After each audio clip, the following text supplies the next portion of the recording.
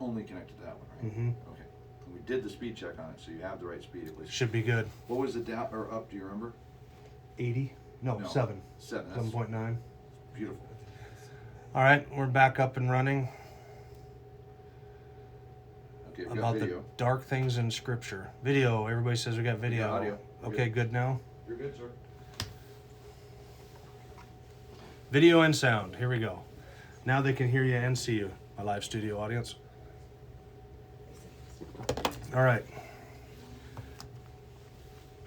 Okay, so I'm going to be glancing down here at my chat window so I can pick up questions for the chat. So I'll be watching that a little bit. If you want to get a question in, we're going to do a Q&A on just taking questions from the live chat here. So if you have a question for the Q&A for the live chat, then you need to type it into the chat window down below. If you're not watching with the chat window, it's because you don't have an account, a Twitch account set up, most likely, or you're using an app or a platform that doesn't allow you to chat. So if you have a question, type it into the chat window. Yeah, you gotta. If you have questions about my wardrobe, you need to preface it with the all caps question, Thomas. So if you type it into the chat window, and we'll get going.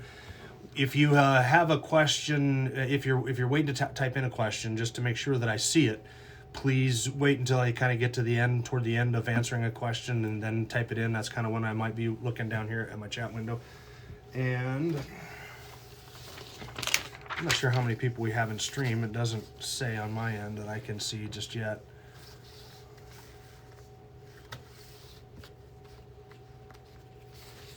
Adopted by Grace is back.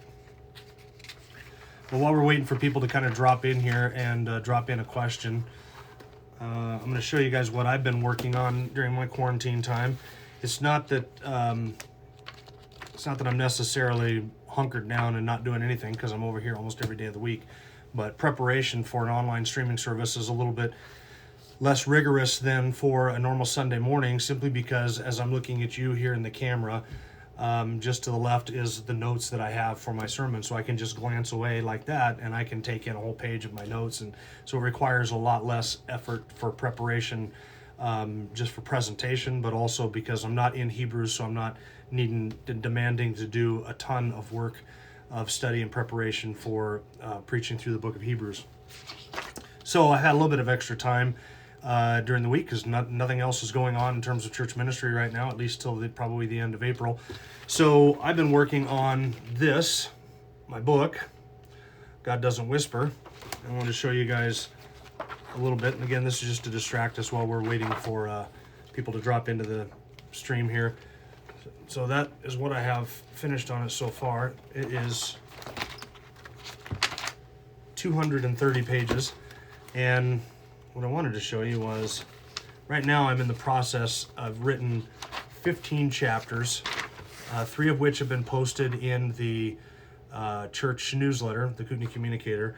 And then I have written, 12 chapters beyond what you guys have seen in that's the table of contents there.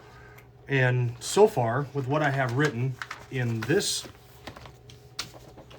binder, is 82,000 words. And to give you some idea of perspective, that's Truth or Territory is 75,000 words, and 75,000 words includes all of the front material. So the foreword, the preface, the table of contents, all the front matter at the beginning, which deals with copyright infringement, stuff like that, title page, about the author, all of that stuff is included in the 75,000 words. This is 82,000 so far. I've got 4 or 5 more chapters that I've got to write to add on to that, plus all the front material, the preface, the foreword, the title page, the table of contents about the author also has to be added to that 82,000. That 82,000, I need to obviously shrink that down, because I'm going to probably add another 20,000 with what has to be written yet. But this is what I'm doing now. I'm going through and see all the red marks on that. I hope you can see that in some kind of a... This is my 4th revision of this chapter. I'm about 5 pages or 6 pages into it. So No, it doesn't have pictures. I can see people asking that. It's not a comic book. It doesn't have pictures. And never use a sentence when a paragraph will do. Actually, I'm trying to use sentences instead of paragraphs. That's why I'm trying to bone that down to as thin as I can possibly make it. So I'm making progress on that and working through that. We have any questions? Did any questions come into the chat here? I just wanted to show you what I've been working on book-wise. That fourth revision, by the way, yeah, it's the red pen of death. And after I get done revising it this time, Deidre will go through it at least twice to correct things. She usually goes through it to correct punctuation and stuff like that. And so that's going to be still yet after I get done with my revision. So this is the fourth time I've gone through it, and each time that I go through it, I try and cut it back and cut it down and make it so that the content of it is clear, concise, and really without a lot of extra words that we tend to add into our explanations and things. So making it as crystallized and concise as I possibly can. All right, do we have any questions? I like paragraphs.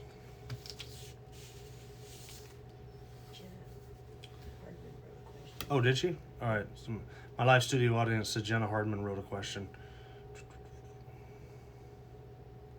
Israel trip? No, if man is totally depraved. Oh, here we go. Why is he capable of performing selfless good acts? Okay, so if man is totally depraved, why is he capable of performing selfless good acts? By depravity, what we mean by depravity is not that man is incapable of doing anything good by human standards or by human observation. So we can run across totally depraved people who are who work in soup kitchens and will help the homeless, and yet they're unsaved. And those might be good acts in terms of our human assessment of what is good, because we see people who do apparently selfless things, but they're still not good things in terms of how God would evaluate it being good and God's assessment of it. Because if it's not done by the Holy Spirit through us as a result of the grace that God gives to us, and if it's not done in faith, because whatever is not of faith is sin, and if it's not done in obedience to God as an expression of gratitude and affection to Him, then it's self-sinful. It might be good in terms of our human assessment of it, but from God's perspective, it's not a good act because it is not done by a person or individual who is filled by His Spirit and walking in His grace, who is saved and honoring and exalting and doing it as an act of worship to Him, as a true act of worship to the one true God. So in that way, it's not good in terms of how God would evaluate it, but it might be good in terms of how we as human beings would evaluate it. The other thing to keep in mind with that is that by totally depraved, we don't mean that man never does anything that is noble or honorable or good in a human assessment. The act of total depravity simply means that man's entire being is depraved. Total depravity means that everything about us is affected by sin. So it's not that we don't do anything good by human assessment, by how humans would assess that. But it does mean that every faculty of man is affected by the fall. We are depraved or affected by Adam's sin and Adam's fall totally. So that it means that our bodies, our minds, our will, our logic, our ability to reason, our ability to do anything to choose righteousness, our ability to do good things, our ability to walk with God, our spirit, our soul, our body, all are corrupted by sin, all fallen. So that is what total depravity means. It means that every faculty of man is affected by the fall. Not that everything that man does is totally wicked. By total depravity, we don't mean that man is as wicked as he could possibly be. Even Hitler was not as wicked as he could possibly be.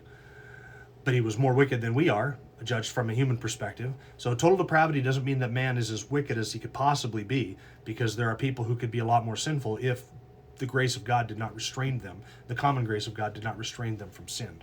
So that's what we mean by total depravity. Hold on, let's flip back here through more questions here.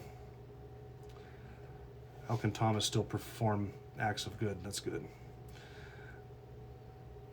Can you explain 1 Timothy 2:14-15 by Adam not being deceived? What does it mean that Adam was not deceived? Yeah, 1 Timothy 2. Let me pull it up here. If I can read it in its whole context here. I know what you're talking about. The woman being deceived gave to the man and he ate. It was the woman who was deceived and not the man. 1 Timothy 2. Yeah, so this comes in the context of Paul prohibiting women from teaching or exercising authority over a man. 1 Timothy 2:9, likewise I want women to adorn themselves with proper clothing, modestly and discreetly, not with braided hair or gold or pearls or costly garments, but rather by means of good works as is proper for women, making a claim to godliness. A woman must quietly receive instruction with entire submissiveness, but I do not allow a woman to teach or exercise authority over a man, but to remain quiet. For it was Adam who was first created and then Eve, and it was not Adam who was deceived, but the woman being deceived fell into transgression. But women will be preserved through the bearing of children if they continue in faith and love and sanctity with self-restraint. And of course, ignore the chapter division. Chapter 3, verse 1, it's a trustworthy statement. If any man aspires to the office of an overseer, it's a fine work he desires to do. And so the qualification for elders then is given. But Paul prefaces his qualification for elders by talking about the role of women within the church. And he doesn't permit a woman to teach or exercise authority over a man.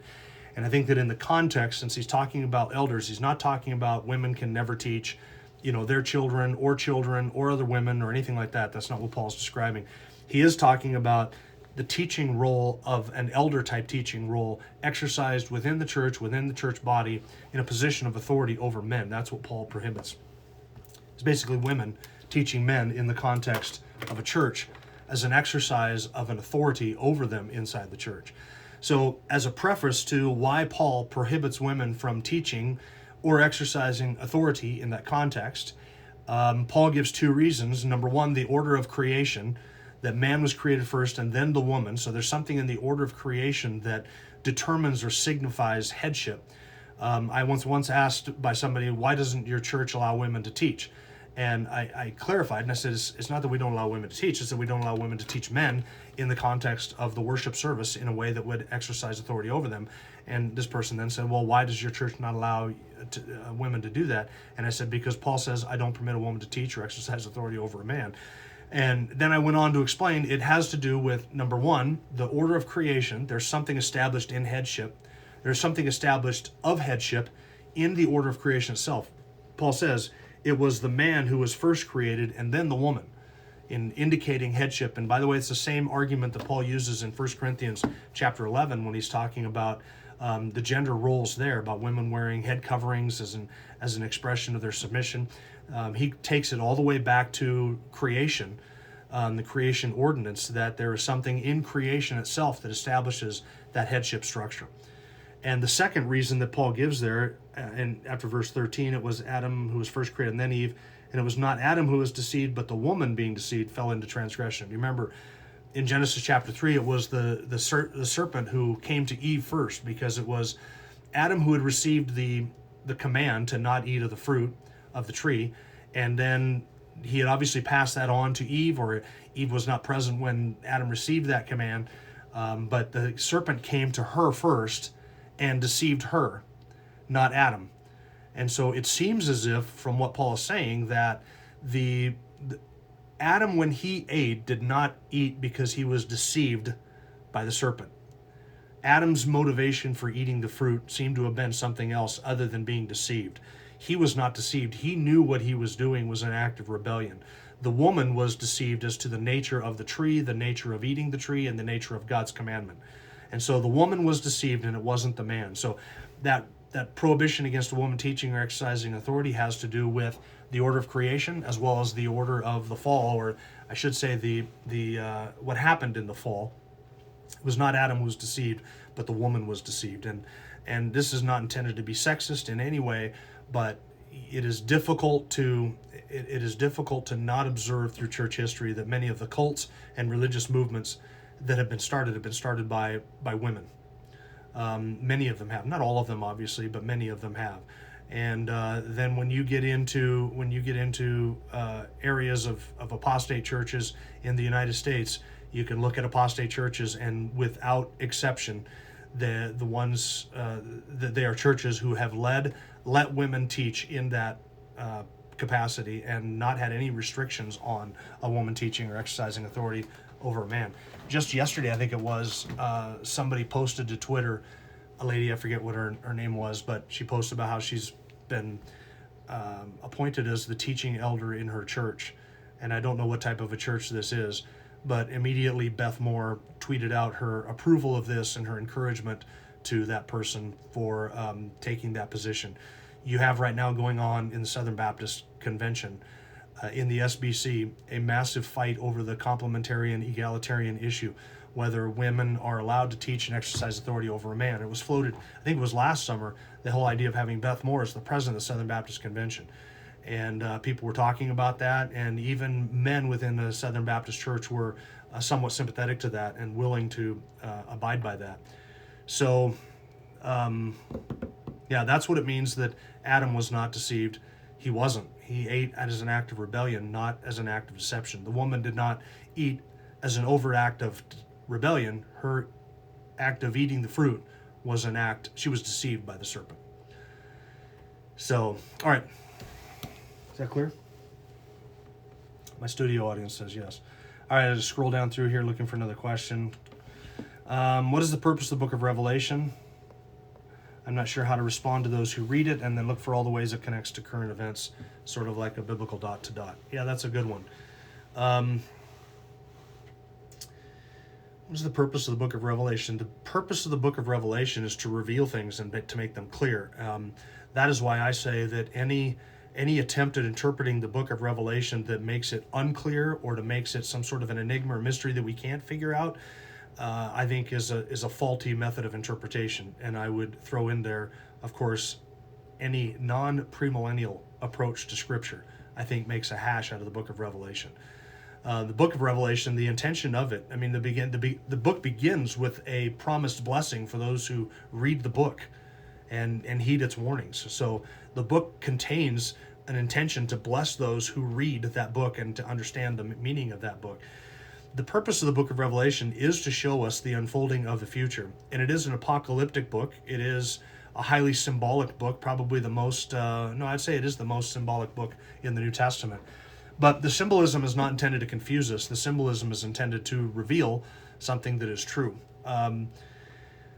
Why do people treat it like a dot to dot? This is where I think you get into the, whether it's Hal Lindsey or, who's the big, loud, bombastic Texas preacher?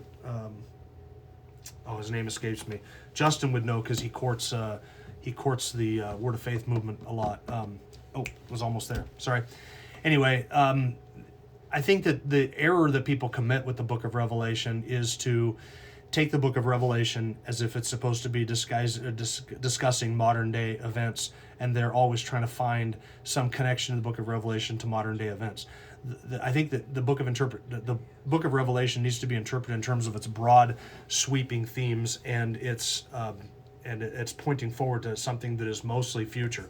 So if you start looking at the book of Revelation, you're seeing in chapter 13 and 14 things happening today, and you're saying, well, this is this. There's a one-to-one correspondence between that prediction of that event and this thing that's in the news headline today. I think that that's an abuse of the book of Revelation. I think most of what we see unfold in Revelation, we're going to see fulfilled in hindsight. But I do think that the book of Revelation describes a future 7-year tribulation period where the Antichrist will deceive the nations, and he will set up a one-world kingdom, and he will control commerce, and that will end with a massive battle in the Valley of Armageddon, followed by the return of Christ, and a literal 1,000-year kingdom, followed by another rebellion, and a putting that down, and a judgment of the living and the dead, and then the eternal state. So those are the broad strokes of the book of Revelation that I think we are intended to see. We need to stay. No, it's not Hagen or Jim Baker. It's the Hagen. No, not Hagen. Hagee. John Hagee. That's it. It was John Hagee. You said Hagen, and that was like close. I thought that sounded close. But yes, John Hagee. That's right. Johnny Rocket. Thank you. He's the one who's constantly connecting the dots in the book of Revelation. So I hope that answers that question. What is the purpose of it?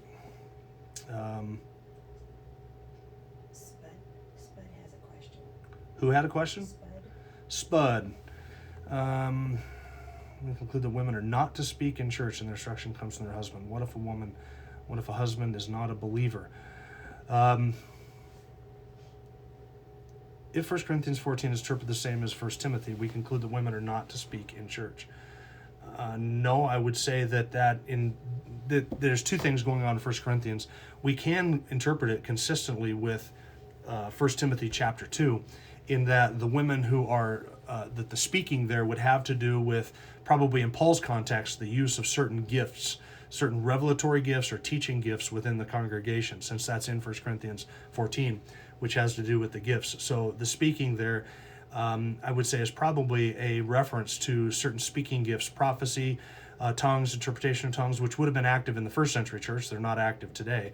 And even if that involves teaching or in some way standing up and giving a message to the congregation, it is in that context that women should remain silent in that, because then a woman cannot get up and exercise that gift in that context of a worship service with men present without her violating those commands. And so, yes, she would have to remain silent in those terms, but it doesn't mean that a woman walks in the door and that she can't say hi to the greeter, or she can't ask her children to go to Sunday school or anything like that. That's not what we're talking about. We're talking about in the congregation of men and women assembled together, where everybody comes together, everybody has a gift, right? The use of those gifts, one of the things that restricts the use of tongues, interpretation of tongues, prophecy, and things. Again, we're talking first century context, not modern day, because I don't believe that those gifts are even being given today. But in that first century context, the use of those gifts in a congregation, a woman could not do that without violating that principle of teaching or exercising authority over a man. So they would have to remain silent in that context. And if they had something to say or had a question or something that would be addressed, they would have to address that to their husband. So, but that doesn't mean that a woman can't walk up and ask me a question, because that's not what's being described there in 1 Corinthians 14. It would be the use of, it would be women standing up and being bombastic in the worship service in some way like that. For instance, you look at the other instructions that Paul gives in 1 Corinthians. He describes in 1 Corinthians 11 the headship order within the worship service and within the family. And that headship that goes back to creation again, with men in leadership, men providing that protection and that provision of leadership to women and to those in the congregation, that it's men who are to lead in that way.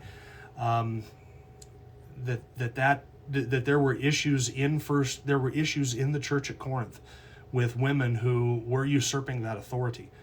And we had the same thing in Ephesus when Paul wrote to Timothy in 1 Timothy. So that's the issue with women usurping authority, and that's the correction that is given by Paul there at the end of 1 Corinthians 14. All right. If their husband is not saved. Yeah, if their husband is not saved, then they need to, for that 1 Peter chapter 2, where they need to live in submission with a gracious spirit, so that he might be won without a word. And of course, a woman with an unsaved husband is not going to be able to go to him with theological questions or questions about Scripture.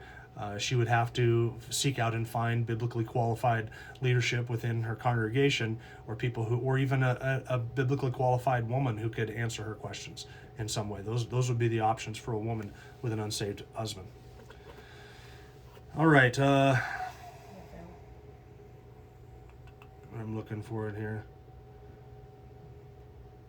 Did Nathel have one? Yeah. I've heard people say that God causes calamity. True. Does God cause it or allow it, or is there a difference? Does cause it or allow it, and is there a difference? A lot of times Christians will try and get God off of the hook by saying, well, God didn't cause this, and the implication seems to be that God is sitting back and doing the best that he can to stop all these horrible things that come into our lives. Or does God cause it? I think it's possible for God. I would say that God does cause a lot of calamity. And I read the passage several weeks ago from one of the prophets, I think it's Isaiah, where God takes credit for the calamity that he causes. But we're not talking about doing something sinful or morally wrong. God can send an earthquake that destroys and takes the lives of 10,000 people, and he has done nothing wrong in causing that calamity. It could be an act of judgment. It could be an act to get the attention of unbelievers. It could be an act to discipline Christians in some way, and it could be God could be doing all of those things through that act of calamity without having any moral culpability in it. So yes, God does ordain all things that come to pass, and God does cause calamity, and God does use the evil things that he ordains to happen for his good, or for our good and for his glory. So I think there's a difference in the way that people use those two things, that God causes something and God allows something. There's a difference in how we speak of those things, but I don't necessarily think that the difference and the end of the day gets God off of the hook, which it seems that many people who use that terminology, they're trying to get God off of the hook for having something, for allowing something to happen. They just want to portray God as if he's sitting back with his hands tied, watching it all unfold, sort of biting his nails and wishing it were different. And I don't think that that's a good picture of God. I would say God does use and cause calamity, and he uses those things sinlessly. He uses them sinlessly. All right, next question. Should Christians concern themselves with conspiracy theories and satanic going-ons in the world, or look on YouTube? One look on YouTube, and there are a ton of ministries dedicated to exposing these theories. Bill Gates seems to be a hot topic right now. I'm not a big fan of conspiracy theories as a general rule.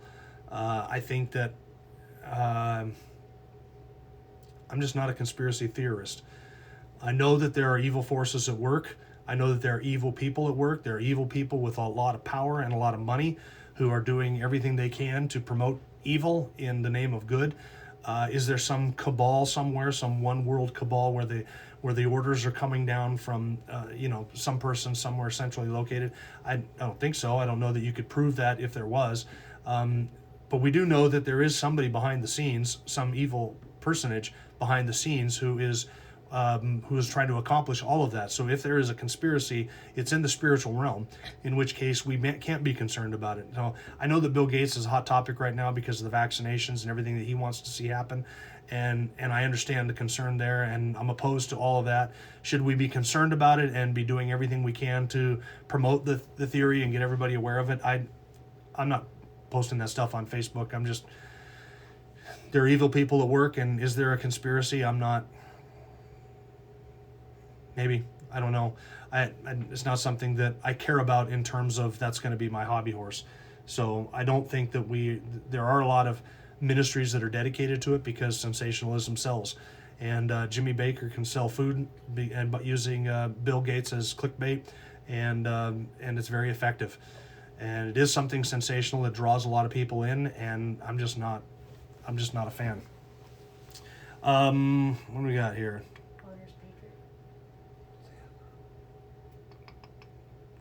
Isaiah 45 is the reference. Yes, thank you. All right, did we have another one come in? Honors patriot.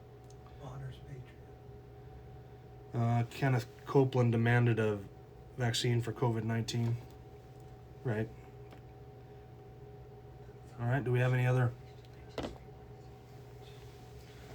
I'm not seeing... Yep, I don't have any other questions coming in. Unless I missed one. If I missed one and I haven't addressed it yet, please put it into the chat. Are lions going to eat grass during the millennium? Or is this a... We'll wait for the rest of the question. Or is it a what? Are lions going to eat grass during the millennium?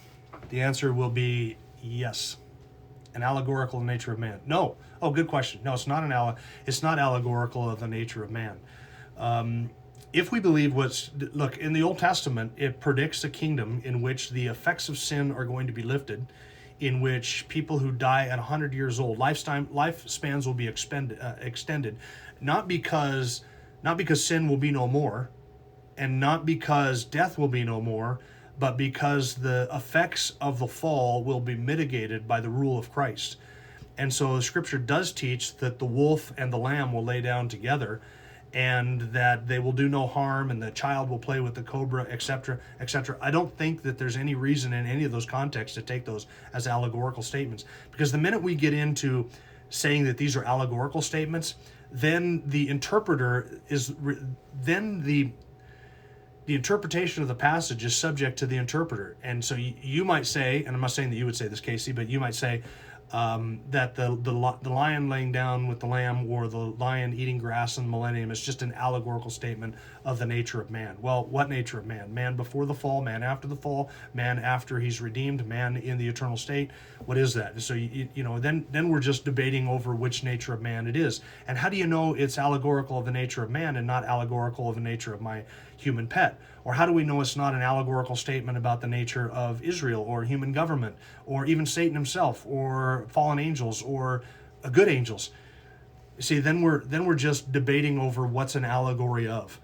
And that's the problem with allegorical interpretations of Scripture, is that the true meaning of the text then is determined by the interpreter and not by the author. So you'd have to go back and say, what did Isaiah mean when he said that the wolf and the lamb will lay down together?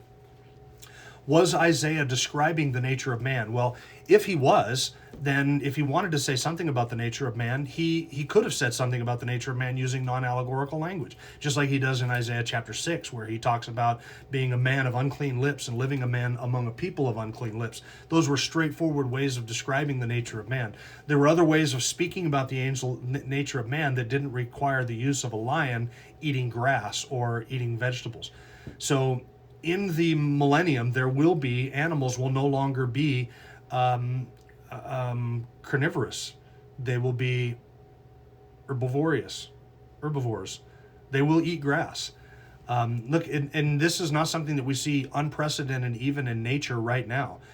There was an article in Answers in Genesis of a lion that these people had, and it was, these people were either performers, they raised private lions, and this lion ate hay, it ate grass, it ate vegetables, and it would turn its nose up at meat, and it wouldn't eat meat.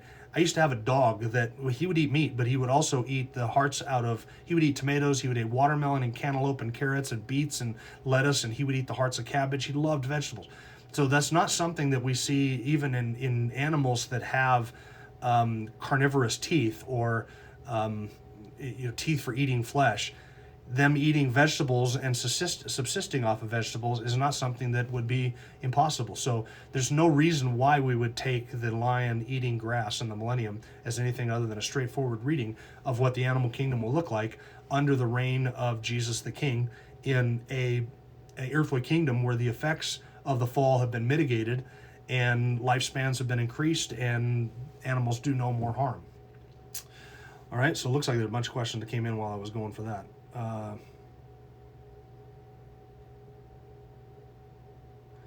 Can a person that has truly had a Christian rebirth experience have their heart hardened later in life? Jim's dog is no longer with us. Clever. What's the one about not denying science here? How do you respond to those who say Christians deny science? Okay, let me deal with that one real quick.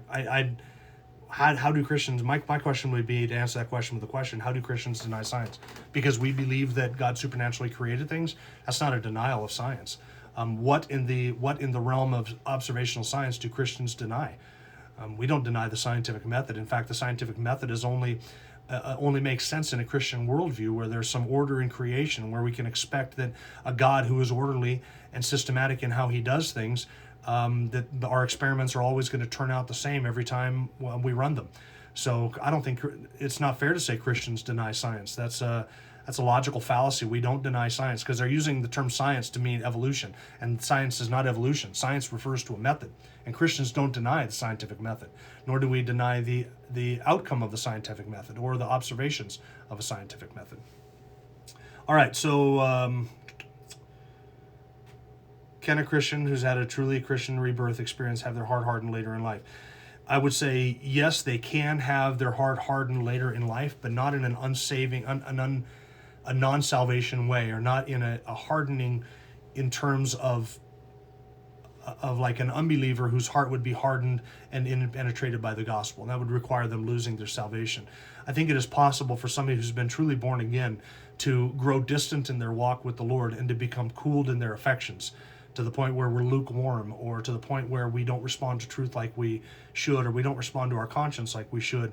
That has happened, and that does happen. Our prayer and hope is that a believer would respond to the truth. But when we live in disobedience to the truth, or we deny our conscience, or we sin against our conscience, our heart can become hardened in the sense that we become insensitive to the work of the Holy Spirit, or even to the convicting work of the Holy Spirit. And that's why we should strive always to have a soft heart. But I wouldn't say that they can have their heart hardened in the sense of them becoming an unbeliever or becoming hostile to the gospel and then finally perishing. Chumgito, what is the proper interpretation and application of the passage dealing with women and head coverings? All right. Let me deal with Brad and Mary because we're talking about science here real quick. For science thinking, meditating neighbor who could be open to truth, what book might you recommend? For a science thinking, meditating neighbor.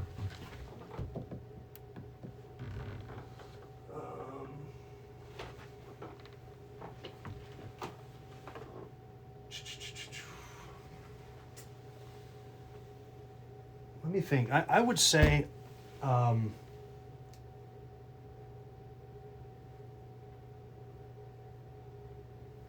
if you're looking, if you have somebody who's considering creationism as a whole, I would recommend something by Jason Lyle. If they're wondering about, see, that's such a broad subject. If they're wanting to, yeah, I was going to say that, Thomas, about Jason Lyle's book, but I've got like 3 of them. So if I'm trying to be more specific here, so if they want something that deals with the interpretation of Genesis, I would suggest Paul Taylor's book, which we're going to be giving away to people registered for the spring conference if we still have that. That would be.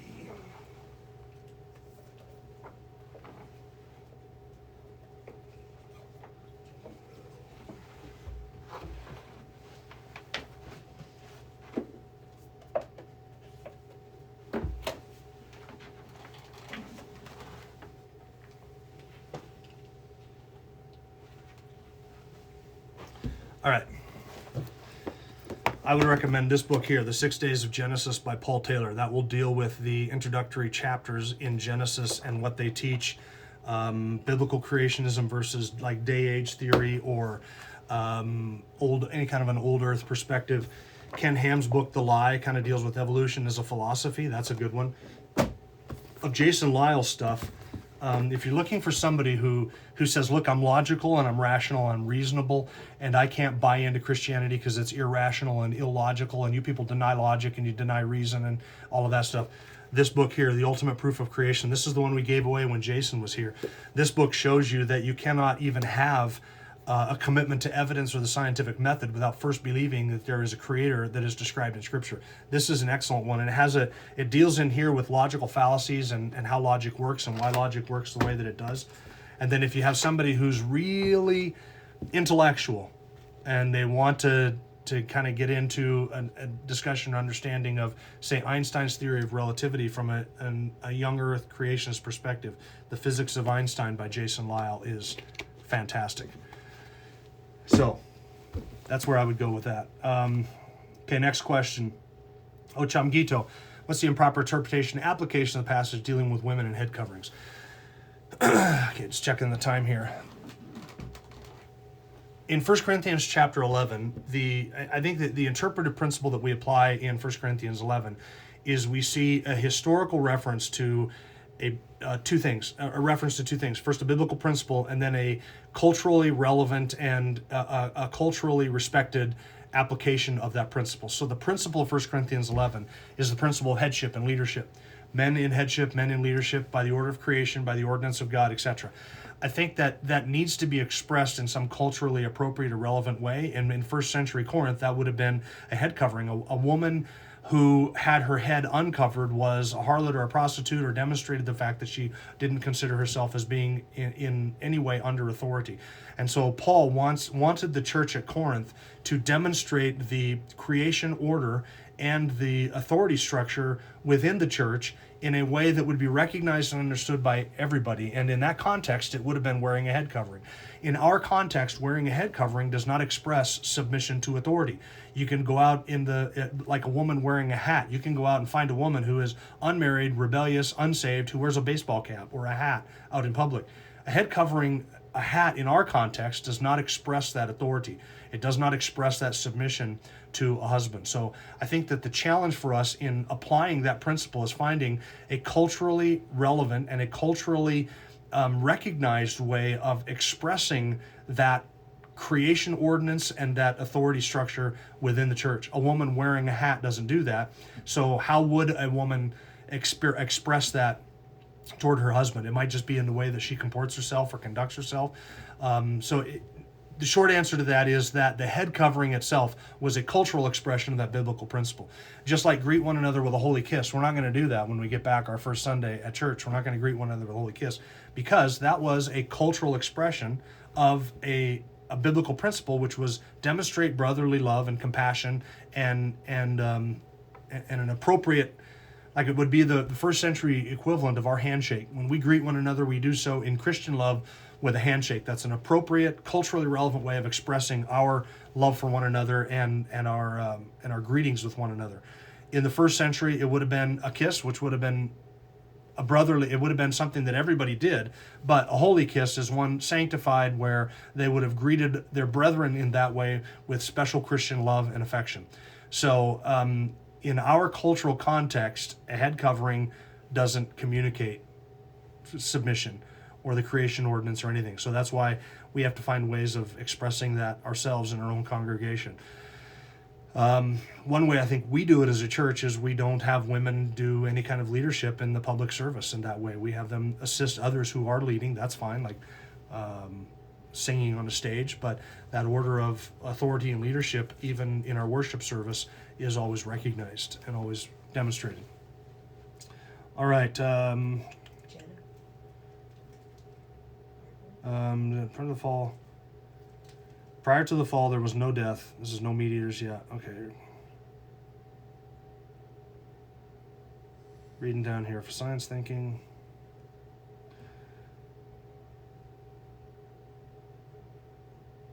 Oh, how do you respond to people who quote Hulk Hogan's statement, God said you want to worship? I don't think Hulk Hogan is a theologian that I quote. In terms of the substance behind the statement that we have violated all of God's commands, and so God is giving us something to judge us, I think this gets to a bigger, broader principle, and that is that in the midst of any event that is happening that is cataclysmic or earth-shattering like this, whether it's an earthquake or a tsunami or a car accident or a plague like what we're facing or anything like that, I don't think that we have the ability to say exactly what we know that God is doing. I think generally we can say that in every calamity, God to the unbeliever is either taking their life, getting their attention so that they will repent, or punishing them for their sin.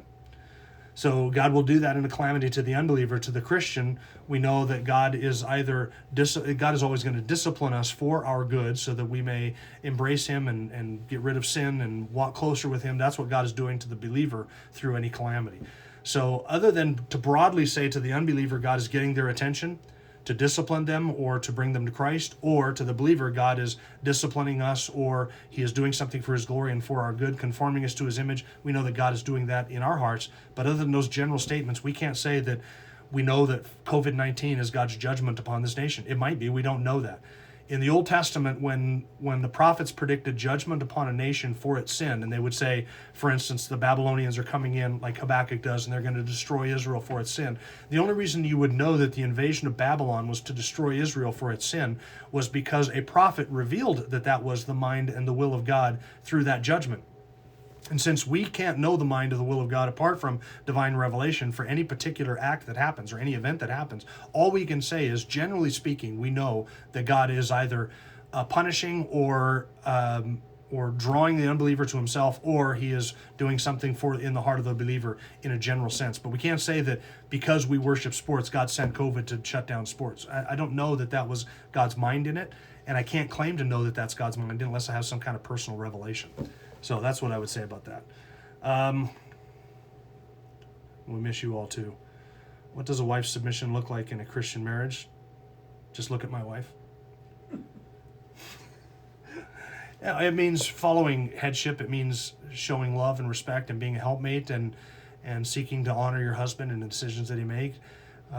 It means that you follow his leadership, and even though you might not agree with it, you do what you can and you submit to that in a respectful and admiring way, in a way that is cherishing to your husband, and ultimately, if he makes a bad decision, that's on him and not on you. You're seeking to honor him, and you have to submit to a man submit to our husband unless, I should say we. I'm not submitting to a husband, but A wife will submit to her husband unless he asks her to do something that is patently unbiblical or patently a violation of God's commandments, in which case she has a responsibility to disobey that in a very submissive way, in a way that honors him. So the idea behind submission is lining up behind someone else's authority or leadership and putting yourself under that position of authority and leadership, and then doing so in a respectful and honoring way.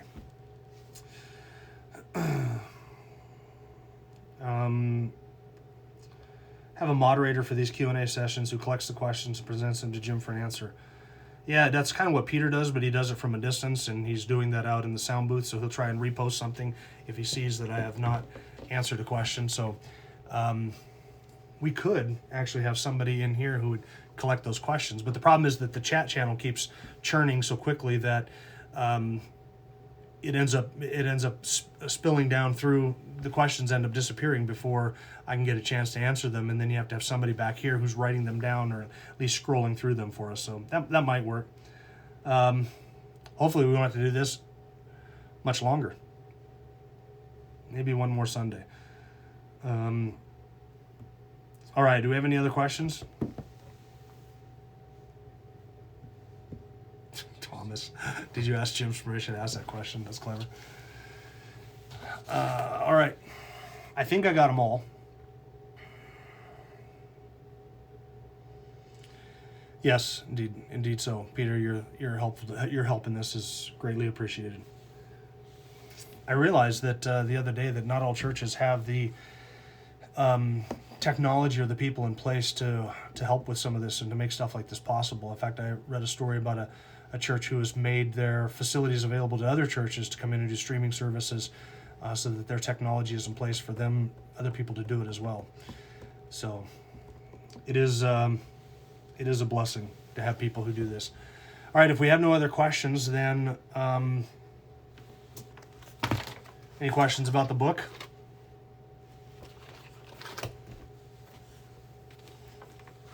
When's it gonna be in print? When will it be in print? Question from the live studio audience. Let me see. My goal is to have everything written and revised by the end of May.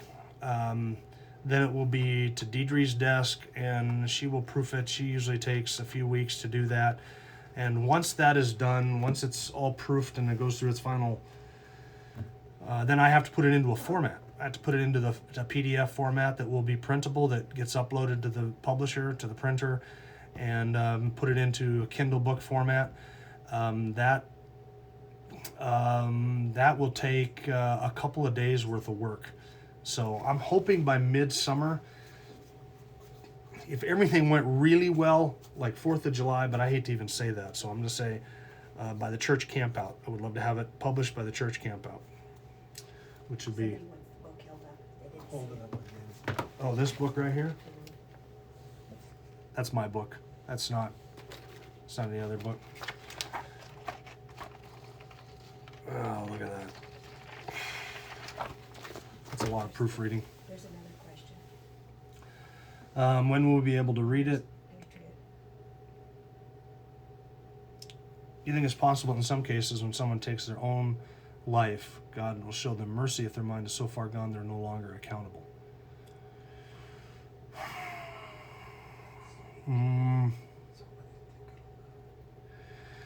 I think it is possible, though rare, for a true believer to be plagued by depression to the point that they would take their own life. I believe that is possible. I believe it's possible for a Christian to sin in that way. I also believe that it is possible for people to think they are saved and pretend to be saved and end up doing that as an expression of them not being saved. And ultimately, I don't think that you can judge the salvation of somebody who died in that way, even taking their own life. As a historical example, the William Cowper, who wrote the hymn or the poem, we sing it as a hymn or a song, God works in a mysterious way, his wonders to perform. He plants his footsteps in the sea and rides upon the storm. William Cowper was plagued for his entire life, even as a Christian, with chronic depression. He got even suicidal at times. And his pastor was John Newton, the author of Amazing Grace. And he was in Newton's church. and Newton personally discipled Cowper for years. And that sin of wrestling with depression, depression was his thorn in the flesh, Cowper's thorn in the flesh. It was something, though he had times when he would come out from underneath those clouds of despair, Cowper never really totally conquered that plague of despair and despondency and sin. And he wrestled with that, even at sometimes questioning his own salvation because he was so depressed at times. But it really was his thorn in the flesh. It really was something that he had to war against his whole life. And even though he knew Newton, and Newton was his friend and his pastor and discipled him, Cowper never got out from underneath that cloud. And so what would we say of a William Cowper who loved the Lord, and by every indication in the rest of his life, other than chronic depression, gave evidence of salvation in his life and love for God, and yet he constantly wrestled with that sin, with that thorn in his flesh? What would we say of him if in a moment of despair and weakness he took his own life? Would we say he wasn't saved, and that's the evidence of that he wasn't saved? What would you say of me if the last thing that you knew of me was that I committed some sin and then died right at that moment? Would you say that me dying in the moment of committing that sin or struggling with that sin was an evidence that I was never saved? Or would you look at the whole lifespan of somebody's life and say that there is evidence there of salvation, even though at a particularly weak moment they died and took their lives? And I would look at Cowper and say that the evidence of his salvation was there, even in spite of the fact that he struggled with that sin.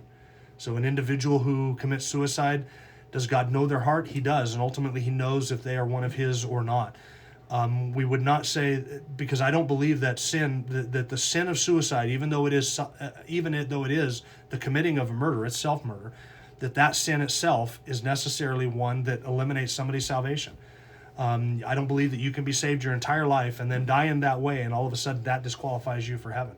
Because it come back to the finality of salvation, as to whether or not salvation is final and full and complete, and whether what Christ has done to atone for that person's sin, even the sin of suicide, if that's their last act on this earth, is sufficient or not. It comes back to that question. I do believe, of course, that the sacrifice of Christ and the righteousness he provides and the forgiveness forgives even that sin.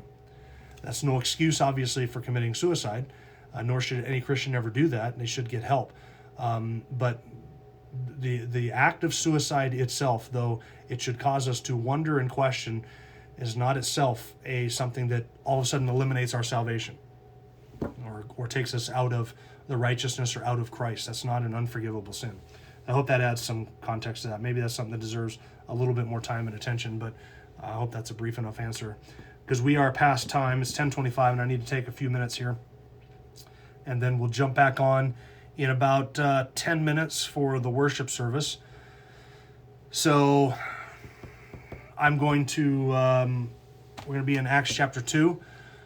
So I'm going to take a second here to give Peter a chance for this to catch up with because this is a bit delayed. So if I cut it out too quickly, Peter doesn't have a chance to cut off anything at the end.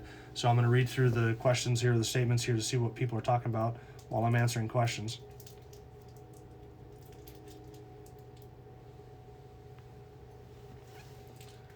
And then we'll stop the live stream here in a couple seconds, and then we'll be back in about 10 minutes.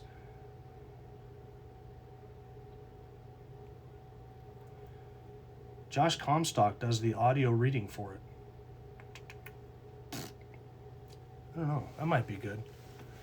I actually had somebody, we have an audiobook of Truth or Territory that has already been submitted to the audiobook distributor, and it should be out, according to their site, it's already out and available in audiobook, and we had somebody locally here do the reading for it, and I was pleased with it. They did a good job.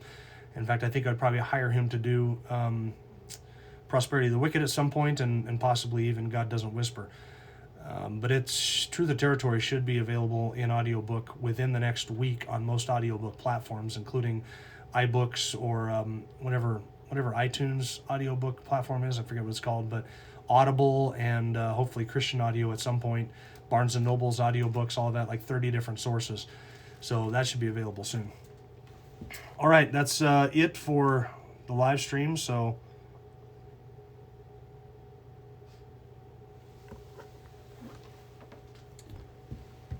goodbye.